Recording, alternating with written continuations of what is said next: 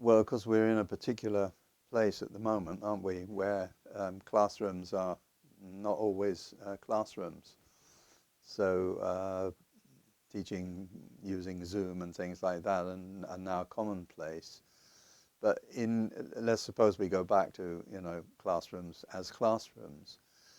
Um, I think you have to think very carefully about what technology is appropriate. And Claire Cramshood, well-known writer in the States, years ago she wrote an article about electronic, I think it was electronic teaching, what is appropriate. And she said, there are two questions you can ask about technology. The one is, here is a nice piece of technology, now what shall I do with it? Or, here is a problem, which technology is appropriate to deal with this problem? And all too often, people answer the first question, not the second. So I think, you can easily be hoodwinked by the new toy effect.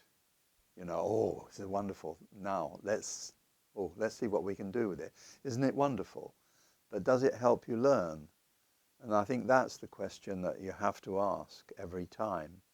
Is not, isn't this nice and glitzy, but is it useful for the purpose that I'm looking at the moment?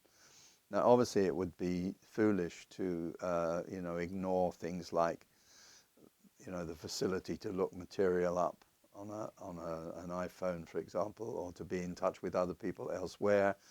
All of these things can be very usefully harnessed to language learning, but not just as a gimmick.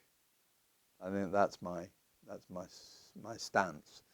And of course, technology ought to be a servant, not a master.